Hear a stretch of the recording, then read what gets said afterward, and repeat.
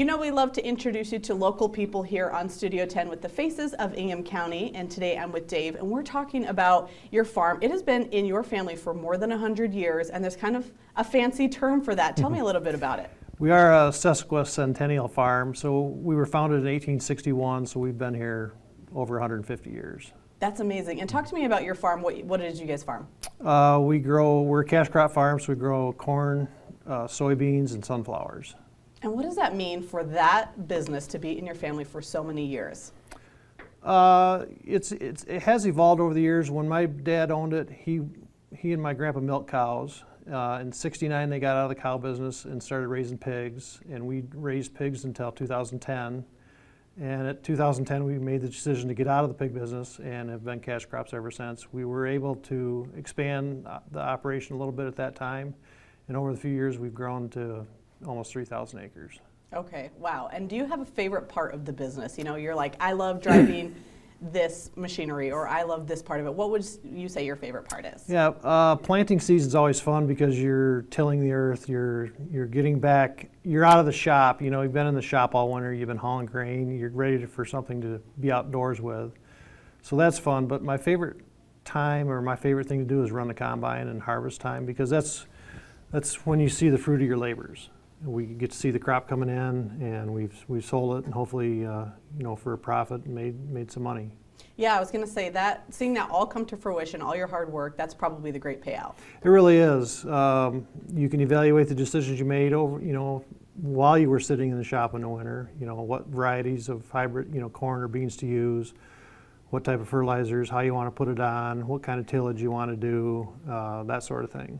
Okay. And Mason, your whole life, talk to me about what's kept you here. Obviously the family business and the farm, but what do you love about the area? Well, when you're committed to a farm, or you're a farmer, you are deep-rooted.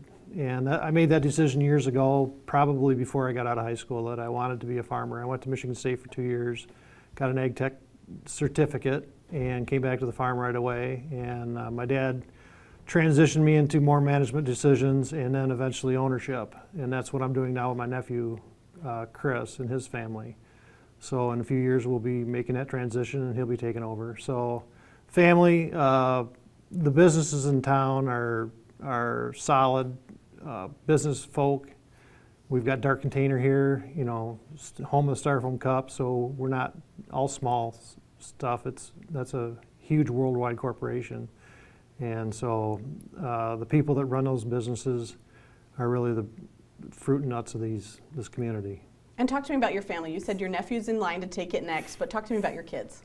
Well, my son is a sophomore at Michigan State. He's in computer engineering. My middle daughter she wants to be a genetic counselor, and she's over at Hope. And my oldest daughter is a nurse. That's great, and they're all close by, keeping your family close. They all live in Mason when they're not at school. And so, yeah, my oldest daughter traveled for a while, moved away for a few years, and then came back to home. That's great. And they're close to home. They're not in the home, but they're close to home, so that's great. Yeah, we're new empty nesters, so being in the house alone is a new experience, and we're adjusting quite well. Yeah. Well, when we speak of the word home, is there a word or phrase that comes to mind when you think of that word home? Well, it just boils down to cherishing relationships that you've made over the years with people you golf with, friends you've made through when the kids were in daycare. We made some awesome friends that we're still friends today with. We've done some business ventures with some of those people.